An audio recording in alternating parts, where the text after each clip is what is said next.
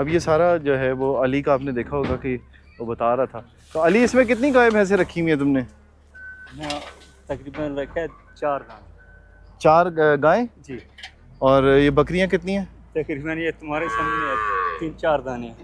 अच्छा 4 बकरियां जी। और उसके बाद 4-5 गायें रखी हुई हैं। और बछड़े 4 कितने? गाय, 4 बछड़े भी हैं? 2 बछड़े। 2 बछड़े भी हैं। तो ये ईद के दिनों में फिर इनको बेच देते हो? नहीं, ये दूध बेचते हैं। अच्छा इसका दूध बेचते जी हो। सर। सही है। तो यही आपका गुजर बस बसर है? यही रोजगार है, यही गुजारा है। हाँ। तो अभी जैसे मैं आपको बता रहा था पहले कि इनका यही गुजर बसर होता है और इसी तरह से ये गुजारा करते हैं। और अब यहाँ पर जो है वो अभी अली बता रहा है कि ये कल भी आई थी टीम और यहाँ से ये गिरा के गई थी और बताया था इनको कि ये जगह जो है वो क्लियर कर ले, लेकिन इन्होंने नहीं की। तो आज अब जो बकिया हिस्सा था उसको महकमा इन्फोर्समेंट जो है वो गिरा रही है।